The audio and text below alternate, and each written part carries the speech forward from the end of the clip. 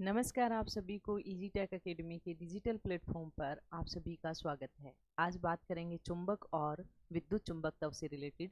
ये topic electrical एवं electronics वाले स्टूडेंट के थ्योरी सब्जेक्ट में भी है, प्लस चुंबक एवं विद्युत चुंबकत्व इंजीनियरिंग ड्राइंग में जो 50 नंबर का आता है वहाँ पे भी है। तो इस टॉपिक की थ्योरी की बात करेंगे। थ्योरी करने के बाद में क्वेश्चन ऑलरेडी आपको जो प्लेलिस्ट में जाओगे, जो फिजिक्स वाले प्लेलिस्ट है, वो रेलवे के सभी क्वेश्चन करवाए हुए हैं, जिसमें लोको पायलट के भी, आरआरबी, जेई के भी, डी ग्रुप के भी, जो चुंबक से और विद्युत चुंबक से रिलेटेड जितने क्वेश्चन पूछे गए हैं उन सभी क्वेश्चनों को सोल्व कराए गए हैं। तो प्लीज़ सभी प्लेलिस्ट में जाना और चुंबक से रिलेटेड जितने भी क्वेश्चन हैं उन सभी क्वेश्चनों को सोल्व करना। बात करते हैं चुंबक एवं विद्युत चुंबक से रिलेटेड थ्योरी की बात करेंगे। तो देखो हमारे पास में है, आपसे पूछा गया कि चुंबक होता क्या है। चुंबक होता क्या है? चुंबक की बात करें, चुंबक होता है कि ऐसा पिंड होता है जो लोहे की वस्तु को अपनी ओर आकर्षित करता हो, उस पिंड को क्या कहोगे? चुंबक कहोगे। और स्वतंत्रता पूर्वक लटका हुआ चुंबक हमेशा उत्तर दक्षिण दिशा में ठहरता है। ध्यान रखना इस चीज का। सर्वप्रथम देखो, इस चुंबक की खोज H.C. ओरेस्टेड ने की थी। एक मैग्नेटाइट का पत्थर था जिसका रासायनिक फॉर्मूला था आपके पास में, यानी कि F3O4 था। ठीक है, मैग्नेटाइट का पत्थर था ये भाई आपके पास में। ठीक है, तो अगर मैं बात करूं, देखो ऐसा पिंड जो लोहे के, जैसे लोहे, निकल, आयरन इत्यादि को अपनी ओर आकर्षित करते हो या अपनी ओर आकर्षित करने की क्षमता रखते हो, उसे क्या कहोगे? चुंबक कहोगे। ठीक है, और चुंबक का जो रासायनिक रूप में लोहे का ऑक्साइड है उसे मैग्नेटाइट कहते हैं, F3O3। और सर्वप्रथम चुंबक की खोज सर्वप्रथम किसने की थी? H.C. ओरेस्टेड ने की थी।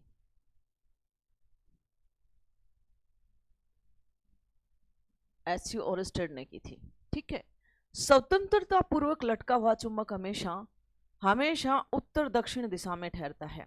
देखो ये हमारे पास में चुंबक है, इसके दो ध्रुव हैं, एन है, ये एन है, ये है आपके पास में उत्तर ध्रुव है, ये है आपके पास में उत्तर ध्रुव है, उत्तरी ध्रुव है। ठीक है, और ये एस है, ये आपके पास में है दक्षिणी ध्रुव है, यानी कि नॉर्थ पोल और साउथ पोल। ध्यान रखना कि नॉर्थ पोल से जो काल्पनिक बल रेखाएं हैं, जो एक बंद परिपथ का निर्माण करता है, जो बाहर से जाएगी वो हमेशा उत्तर ध्रुव से दक्षिण ध्रुव की ओर जाएगी। ठीक है, जो ये काल्पनिक बल रेखाएं हैं ये चुंबकीय क्षेत्र का भी निर्माण करती है और इनकी दिशा को भी रिप्रेजेंट करते हैं। ये काल्पनिक बल रेखाएं हैं, ये कभी भी एक दूसरे को काटती नहीं है, और जहां तक इसका इफेक्ट होता है वो चुंबकीय क्षेत्र कहलाता है। ठीक है, लेकिन इस चुंबक के अंदर एस से एन की ओर जाती है ये काल्पनिक बल रेखाएं। चुंबक के अंदर की बात करोगे तो दक्षिणी ध्रुव से उत्तरी ध्रुव की तरफ ये काल्पनिक बल रेखाएं रिप्रेजेंट करती है। अगली अगर मैं बात करूं आगे की, अगर चुंबक के बहुत छोटे छोटे टुकड़ों में काट दो तो आपके पास में दो अलग अलग ध्रुव आते हैं। और ध्यान रखना, समान ध्रुव में देखो ये आपके पास में एन और ये क्या है? एन है, दो समान ध्रुव है, तो यहाँ पे प्रतिकर्षण बल लगता है। समान ध्रुव में प्रतिकर्षण बल लगेगा, और जो विपरीत ध्रुव होते हैं वहां पे क्या लगेगा?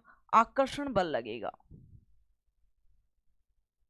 आकर्षण बल लगता है। समान ध्रुव एक दूसरे को दूर भगाएंगे, लेकिन विपरीत ध्रुव एक दूसरे को पास लाएंगे। अगली अगर मैं बात करूं आपसे, तो अगला है आपके पास में चुंबक। देखो चुंबक में दो ध्रुव होते हैं। चुंबक में कितने ध्रुव होंगे? ध्रुव की संख्या दो होती है, नॉर्थ पोल और साउथ पोल, यानी कि उत्तरी ध्रुव एवं दक्षिणी ध्रुव। यहां तक किसी को कोई प्रॉब्लम है क्या? उत्तरी ध्रुव एवं दक्षिणी ध्रुव। अगली अगर बात करें कि चुंबक का कभी भी एक ध्रुव का अस्तित्व नहीं है। कितनी भी बड़ी चुंबक है, अगर मानो कि ये चुंबक आपके पास में, यानी कि ये है आपके पास में एन और ये एस है, लेकिन कई बच्चे सोचो कि मेरे को तो एन को मैं काट देता हूं, लेकिन एन अकेला नहीं जाएगा, यहाँ पे एस ऑटोमेटिकली आ जाएगा, क्योंकि जितने भी टुकड़े करोगे तो दो ध्रुव बनेंगे उस चुंबक के। तो कभी भी एकल ध्रुव का अस्तित्व संभव नहीं है, यानी कि एक ध्रुव नहीं होता चुंबक में। तो ध्यान रखना कि चुंबक में एक ध्रुव का अस्तित्व नहीं होता। और देखो दोनों चुंबक के जो दोनों ध्रुव है उसमें पोल स्ट्रेंथ एन पे और एस पे हमेशा ज्यादा होती है, और जैसे जैसे अंदर जाओगे बराबर भी होती है, जितनी काल्पनिक रेखा यहां से निकलेंगे उतनी एंटर करेंगे, ठीक है। तो इनका जो ध्रुव सामर्थ्य है दोनों ध्रुव पर बराबर होता है, ठीक है। दोनों ध्रुव पर क्या होगा, बराबर होगा, हमेशा दोनों ध्रुव पर ध्रुव सामर्थ्य बराबर होता है, ठीक है। चुंबकीय प्रबलता सबसे अधिक ध्रुव पे होती है,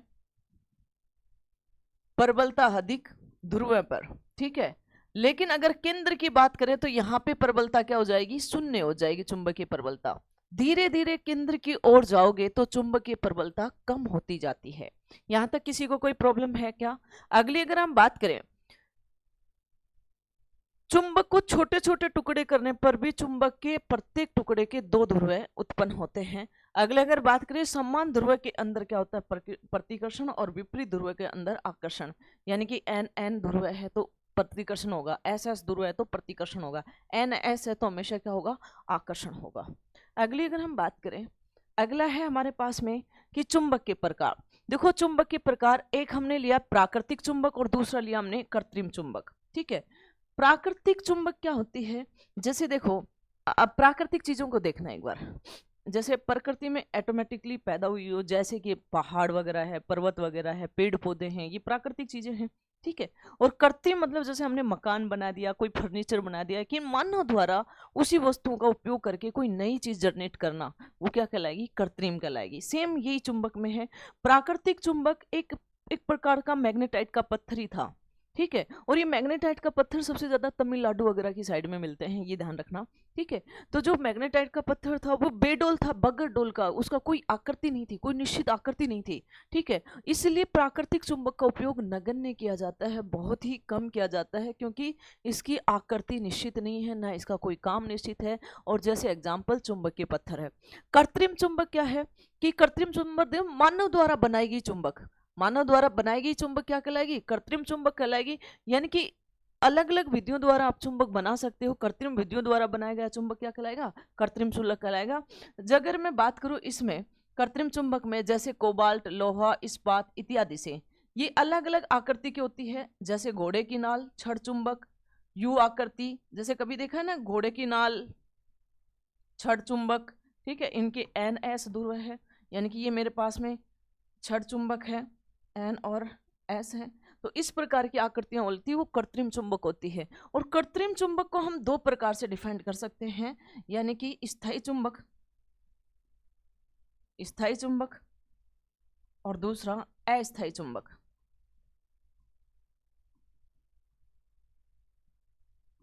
एक है स्थायी चुंबक और दूसरा क्या है, अस्थायी चुंबक है, ठीक है। आगे अगर हम बात करें स्थायी चुंबक और अस्थायी चुंबक की, तो देखो स्थायी चुंबक क्या होता है कि इस प्रकार का चुंबक होता है जिसमें हम बहुत ही कठिनता से, तो चुंबकीय गुण बहुत ही कठिनता से तो हम क्या करें, चुंबक बनाएं उसको, और बहुत ही कठिनता से हम चुंबकीयता गुण क्या करें, उसको खत्म करें, यानी समाप्त करें। तो वो चुंबक होगी, वो चुंबक कौन सी कहलाएगी, स्थायी चुंबक कहलाएगी। स्थायी चुंबक में जैसे इस्पात का सबसे ज्यादा उपयोग किया जाता है। ये क्वेश्चन इस प्रकार से पूछा जाता है कि स्थायी चुंबक किसकी बनी होती है, तो इस्पात की बनी हुई होती है। अगली अगर मैं बात करूं, इसका उपयोग गैल्वेनोमीटर में, दिक्सूचक में, लाउड स्पीकर में, इनमें किया जाता है, ठीक है। और स्थायी चुंबक का उपयोग जो मिश्र धातु में होती है, स्थायी चुंबक का उपयोग किसमें भी किया जाता है, अभी मिश्र धातु, जैसे एलिनिको, एल्यूमिनियम निकल कोबाल्ट से मिलकर बना, एनालॉक्स एल्यूमिनियम निकल कोबाल्ट निकल एवं लोहे से मिलकर बना। तो ये इस प्रकार के, ये दोनों इंपॉर्टेंट है, एग्जाम की दृष्टि से ये पूछा जाता है।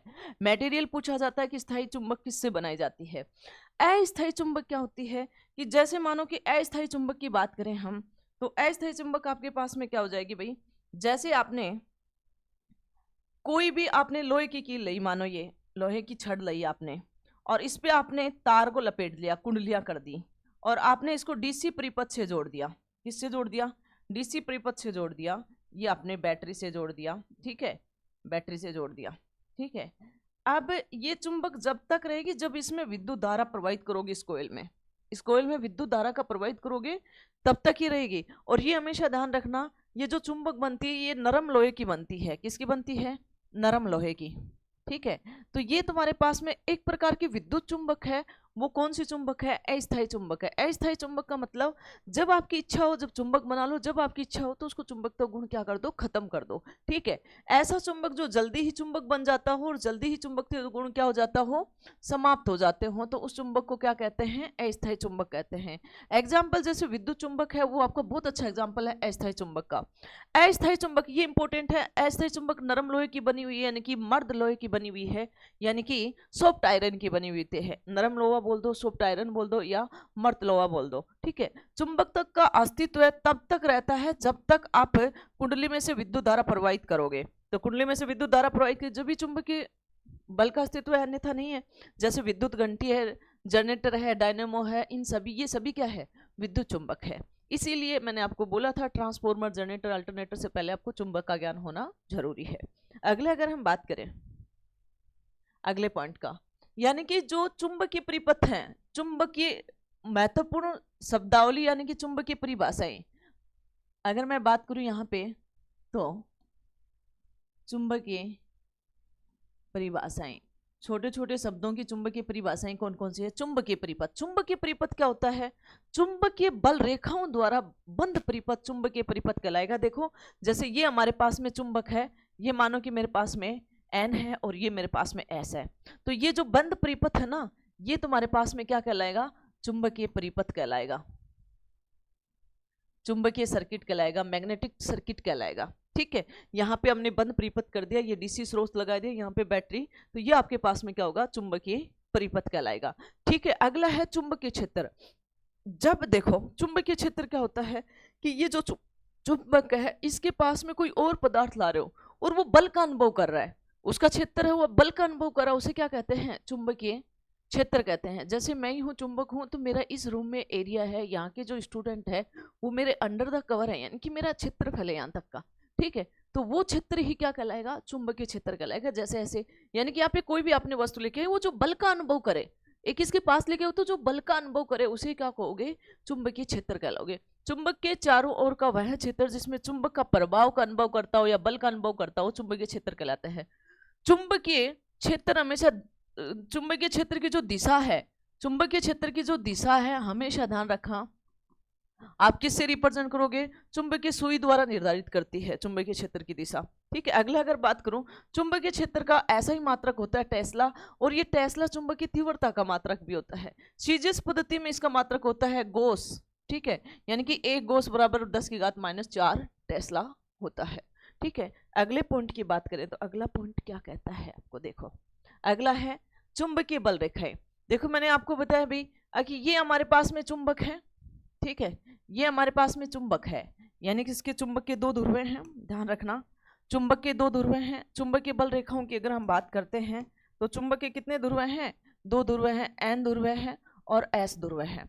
ध्यान रखना, ये चुंबक है और यहाँ पे एक काल्पनिक बल रेखाएं निकलती है जो बंद परिपथ का निर्माण करती है।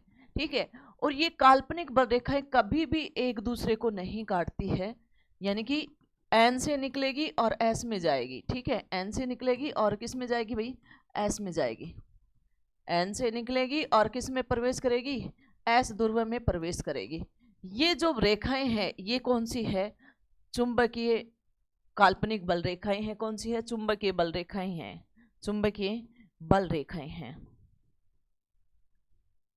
ये कभी भी एक दूसरे को कभी भी नहीं काटेगा, कभी भी नहीं काटेगा, और इसमें तनाव रहता है, इसलिए ये एक दूसरे को नहीं काटते हैं।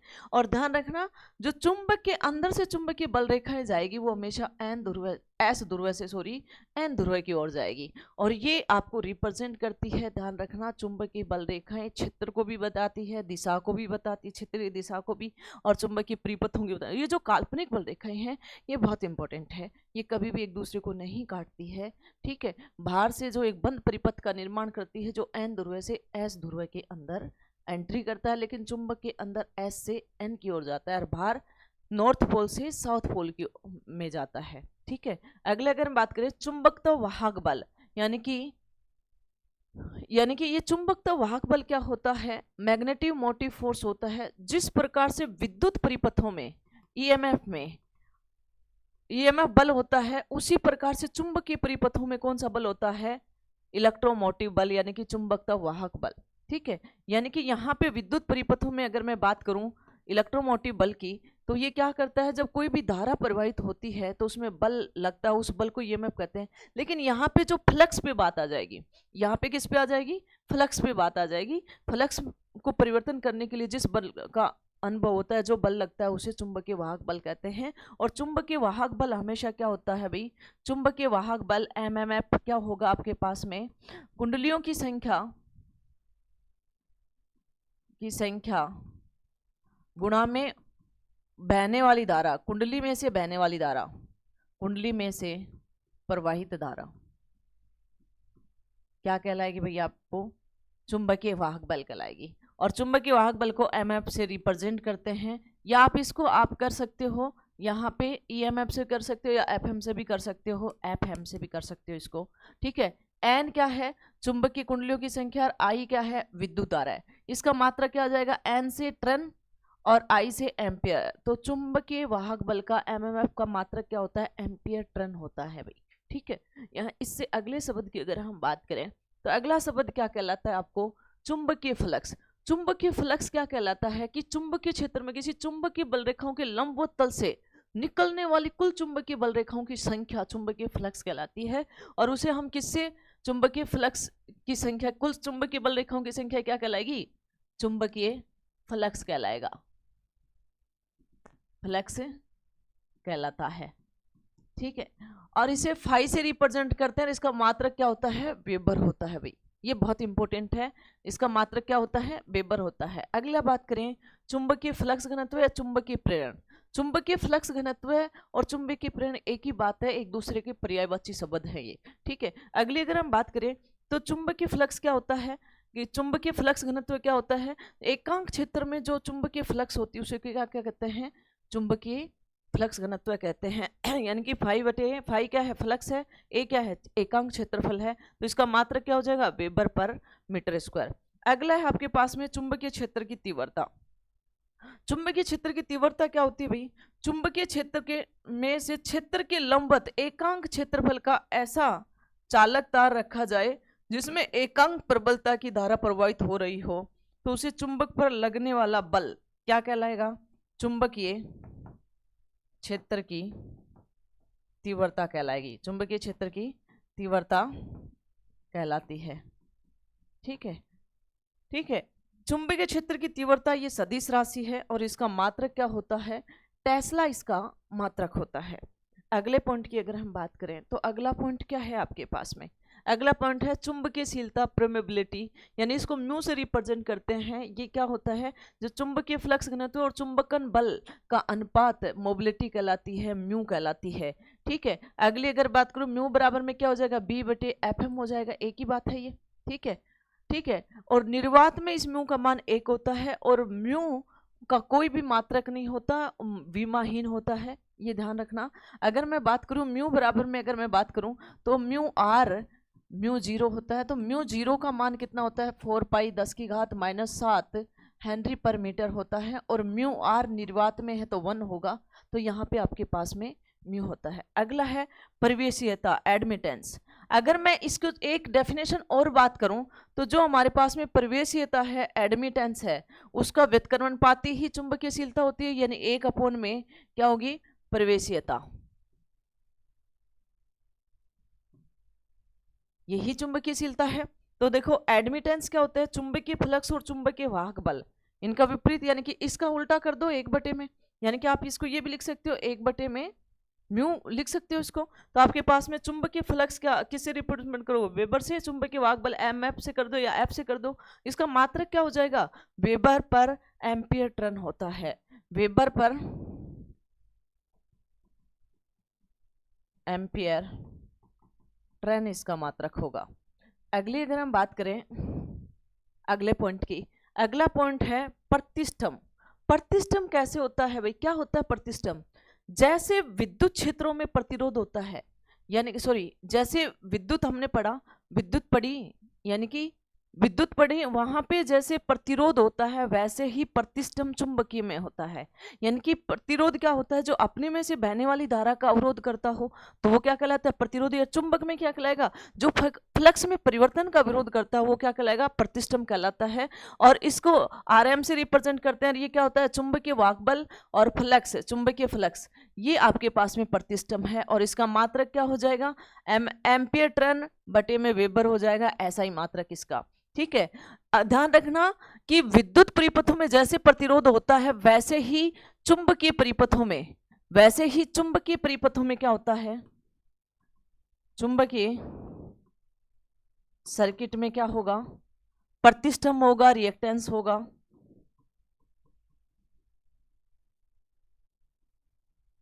होता है, ठीक है। ध्यान रखना चुंबकीय परिपथों में आरएम क्या रिप्रेजेंट करता है, फ्लक्स के मार्ग में बाधा उत्पन्न करता है ये। और विद्युत परिपथों प्रतिरोध क्या करता है, धारा के मार्ग में बाधा उत्पन्न करता है, धारा के मार्ग में बाधा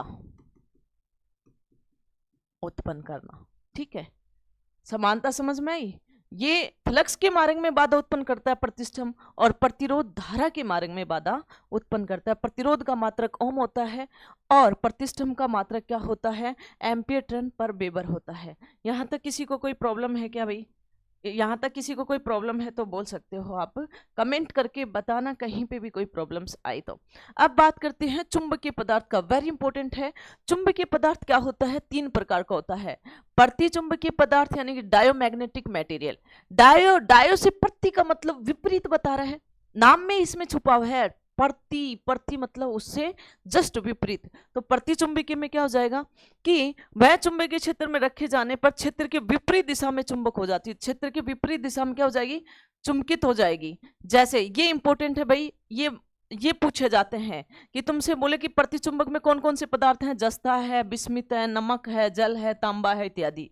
और इसकी जो चुंबकीयशीलता थी उसका मान कितना होता है, इकाई से कम, यानी कि इकाई से क्या होगा, कुछ कम होगा, इकाई से कुछ कम होगा। इसलिए हम एक ही साइन लगाएंगे, कुछ कम है तो केवल एक ही साइन लगाएंगे, यानी कि इकाई से कुछ कम होगा, इकाई से कुछ कम होगा। दूसरी अगर बात करें अनुचुंबकीय पदार्थ की, अनुचुंबकीय मतलब जब इसे किसी चुंबकीय क्षेत्र की दिशा में थोड़ा सा चुंबकित हो जाए, जब इसे आप चुंबक बनाओगे यानी कि अनुचुंबकीय, तो चुंबकीय क्षेत्र की दिशा में थोड़ा सा चुंबकित हो जाएगा तो उसे आप क्या कहोगे, अनुचुंबकीय कहोगे। क्या कहोगे भाई, उसे अनुचुंबकीय कहोगे। अनुचुंबकीय में थोड़ा सा चुंबकित हो जाता है। जैसे जैसे ये इंपॉर्टेंट है, क्रोमियम है, सोडियम है, मैग्नीशियम है, एल्यूमिनियम है, ऑक्सीजन है, ये सभी किस में आता है, अनुचुंबकीय पदार्थ में आता है। ये क्वेश्चन पूछे जाते हैं। और इसके म्यू का मान इकाई से थोड़ा सा अधिक होता है, कुछ अधिक होता है। ठीक है, अगला है आपके पास में लोह चुंबकीय पदार्थ यानी कि फेरोमैग्नेटिक। फेरोमैग्नेटिक को पता ही है कि प्रबल चुंबक बन जाएगा। जब इसे चुंबकीय क्षेत्र की दिशा में प्रबल रूप से चुंबकित हो जाता हो तो प्रबल रूप से होगा, यह कुछ होगा, ये विपरीत होगा, ध्यान रखना। ठीक है, जैसे निकल, लोहा, फौलौद, इस्पात, कोबाल्ट इत्यादि। और इसकी जो चुंबकनशीलता है उसका मान बहुत ज्यादा होता है, यानी कि 1000 तक होता है। ठीक है, ये पदार्थ वाला बहुत इंपॉर्टेंट है, इसको आप देखना।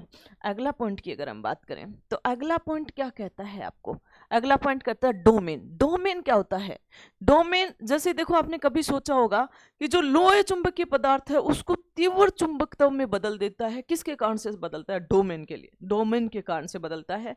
अगला पॉइंट है चुंबक के असंख्य परमाणु का समूह को क्या कहोगे आप, डोमेन कहोगे। क्या कहोगे, डोमेन कहते हैं, डोमेन कहते हैं। ठीक है, अगली अगर बात करें एक डोमेन बराबर में कितना होता है भाई, कितने परमाणु के समूह होता है, 10 की घात 18 से 10 की घात 21 परमाणु, इतना तक का समूह होता है जिसे एक डोमेन बराबर में। अगली अगर बात करें लोह चुंबक के पदार्थ को तीव्र चुंबक बनाना डोमेन का कारण है।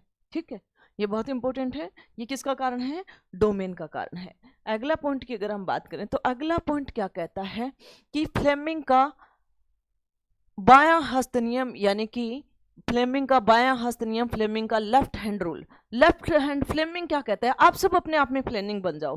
तो देखो इस बाएं हाथ को लोगे, ये आपके पास में अंगूठा है, ये तर्जनी है, ये मध्यम है, इनको एक दूसरे पे 90 डिग्री पर, इनको एक दूसरे को, अंगूठा को, अंगूठा हुआ आपके पास में, तर्जनी उंगली हुई,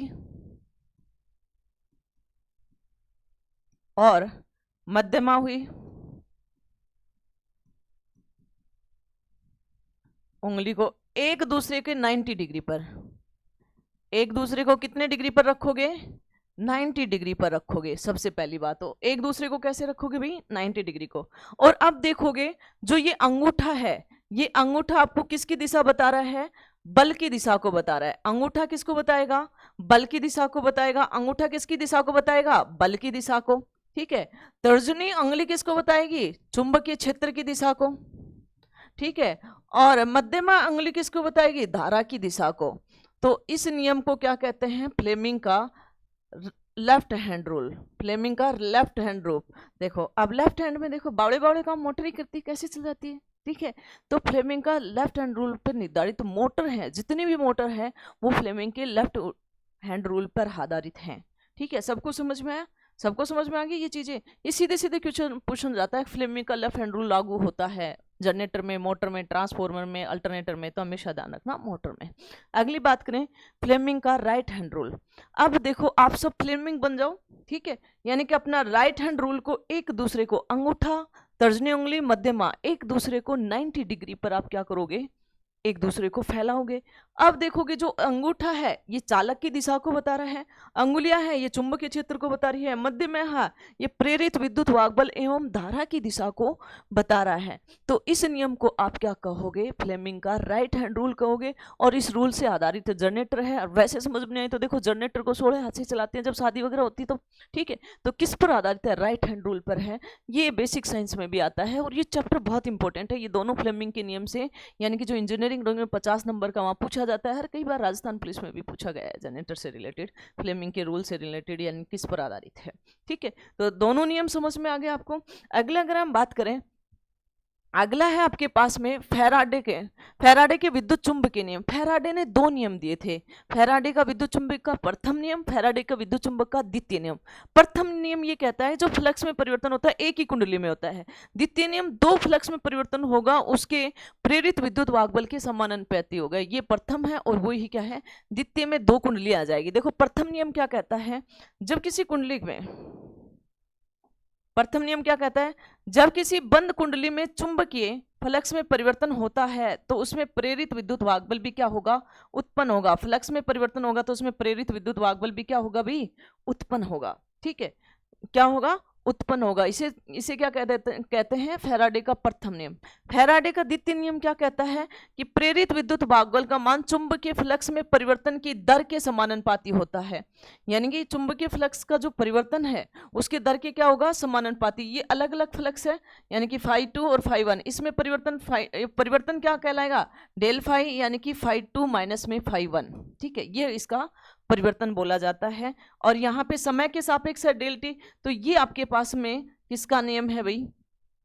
फैराडे के चुंबक का द्वितीय नियम है। और यहाँ पे नियतांक बराबर करोगे तो -n यहाँ पे लेंज का नियम रिप्रेजेंट करता है। ये क्या कहता है? जिससे विद्युत वाहक बल उत्पन्न होता है, वो प्रेरित विद्युत वाहक बल उत्पन्न होता है, उसी कारक का विरोध करता है। ये माइनस रिप्रेजेंट करता है। और n क्या है? यहाँ पे चालकों की संख्या है। d फाई क्या है? फ्लक्स में परिवर्तन। डेल टी क्या है? उसमें लगा समय में परिवर्तन। ठीक है। तो ये नियम है। अगला है आपके पास में लेंज का नियम।